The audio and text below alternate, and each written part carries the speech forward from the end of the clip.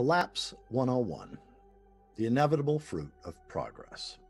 I'm Michael Dowd. I've been studying for the last 7.5 years, the rise and fall of civilizations, boom and bust cultures, ecology, overshoot, climate change, abrupt climate change, and things like that. And this is a distillation of what I've been studying for the last 7.5 years. What lies ahead? And why hubris causes ecocide. So this is our best evidential understanding of these. Post-gloom, why living in integrity ain't easy. Why death is a sacred necessity. And what's the heart of post-gloom? What's the essence of post-gloom? So here's what I'll be covering in this Collapse 101 program. We'll take a look at the big picture, understanding our predicament and our trajectory. What's inevitable and what's futile? Accepting reality and avoiding frustration. Progressing toward ecocide? We'll take a look at history's verdict regarding human-centeredness. And then problems versus predicaments. Paul Trafurka's 5 stages of awakening and post-doom living. So the big picture, I go into where are we and what does the evidence tell us about our near-term future and our destiny? What's inevitable, what's futile, what opens up when we accept what we cannot change and avoid pushing boulders uphill. Progressing toward ecocide, why anthropocentric or human-centered measures of success and well-being compel habitat destruction and collapse. And problems versus predicaments, why an ecological and historical post-doom perspective is vital in collapsing times. I love this quote from Edward O. Wilson. The evolutionary epic is probably the best myth that we will ever have. Now, by myth, he's not meaning an untrue story. He means it the way Joseph Campbell did, a narrative that puts us in accord with the nature of reality. Joanna Macy, one of my more significant female mentors, said, there is science now to construct the story of the journey that we've made on this earth, the story that connects us with all beings. Right now, we need to remember that story, to harvest it and taste it, for we are in a hard time, and it is the knowledge of the bigger story that's going to carry us through. So I've compressed the 13.82 billion year history of the universe, physical evolution, biological evolution, and cultural evolution as one science-based creation story into 100 years, just to make it easier to get our heads around. So at that time scale, each decade is 1.4 billion years. Each day is roughly 400,000 years. Obviously, I'm rounding these off. Each hour, roughly 17,000 years. And every second on the cosmic century timeline is just under 5 years. Each minute is around 250 years. So these are the familiar mileposts. I do a whole program where I go into all of this in detail. But I want to focus here, not even on just biological evolution, the adaptations that have occurred in the last 3.8 billion years, but I want to especially focus just in the last 4.5 years on this cosmic century timeline. That is the last 550 million years. What does the evidence tell us? Now, on the left, you see degrees Celsius. On the right, you find degrees Fahrenheit. And this is a logarithmic chart, so it's easy to misread. But it works just fine for our purposes because this is the 1960 to 1990 baseline average, temperature average. And so here we have the 17 glacial periods, the Milankovitch cycles. The Earth, of course, wobbles like a top. And there are several cycles that largely determine the glaciers coming and going. And so here are the periods here.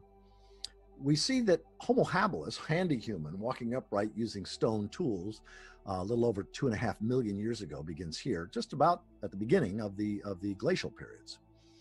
Homo sapiens, just in the last 400,000 years or so. And notice the stability and the CO2 range required for agriculture and complex civilizations. It's between 280 and 380 parts per million.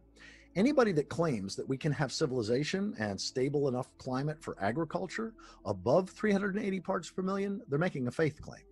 There's no evidence for that.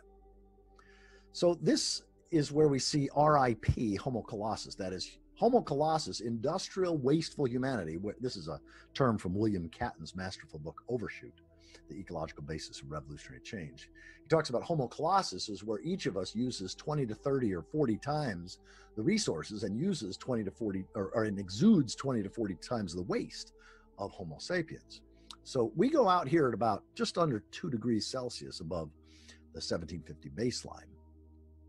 RIP Homo sapiens, our species will go out at around 4 degrees Celsius. The idea that human beings, that our kind of mammalian body can survive in a world of 4 degrees Celsius above 1750 baseline, it's again a faith claim. We have no evidence whatsoever that that's the case. So here are the projections. Here's where it gets a little dicey. The projections are that in 20 to 30 years, we're here, and in 60 to 80 years, we're here. So how do we trust those numbers? How do we understand those numbers? Well, let's look at what reality has revealed to us through evidence over the last 800,000 years in terms of carbon dioxide levels. So here we are now at 415 parts per million. I'm recording this in late July of 2020. And this is the last 800,000 years. And here are the various glacial periods.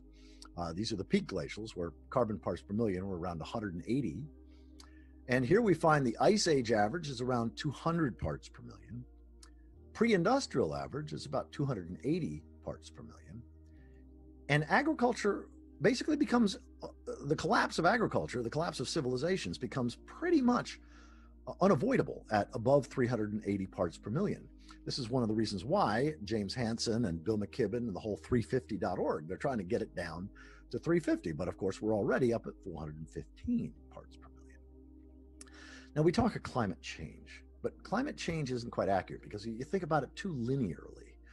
We're actually living with abrupt, runaway, irreversible climate catastrophe, actually, because here's the thing. The CO2 equivalent, that is when you add carbon dioxide, methane, and nitrous oxide, we're already above 500 parts per million in terms of CO2 equivalent. This is vital to understand because we know what happens. We have evidence of what happens when carbon dioxide, global temperature, and sea level rise. We know that here in this chart for the last 400,000 years, and of course a lot longer than that, they all rise and fall in lockstep. So as one goes up, the other goes up. Now, sometimes one of them leads, sometimes another one leads, but they all rise and fall in lockstep. So we know it's only a matter of time before global temperature and sea level rises incredibly because we're already up above 500 parts per million in terms of CO2 equivalent. So what we're really dealing with is abrupt, runaway, irreversible climate destabilization. I mean, look at this chart. For 50 years, 33 climate conferences and half a dozen major international agreements have not reduced atmospheric carbon concentrations one bit. And it's actually worse when you factor in nitrous oxide and methane. So coming back here to our cosmic century timeline, where is the whole of human history on 100 years? Like if the beginning of the universe is 1 second after midnight of January 1st of the year 0, and right now, this moment is December 31st of the 99th year, right at midnight, about to go into the 100th year. Well, the whole of human history is the last week on the cosmic century timeline. The last 7 days is all of human history.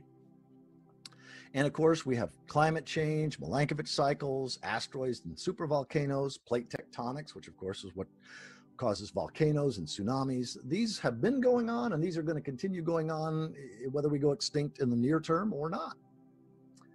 And so we see for the first week, the first basically 3 billion years of human existence, 3 million years of human existence, we see indigenous lifeways. I call it eco-theo. Every indigenous culture that we know of had an eco-theo worldview. That is, the ecos was related to as divine, as a greater thou, not a lesser it.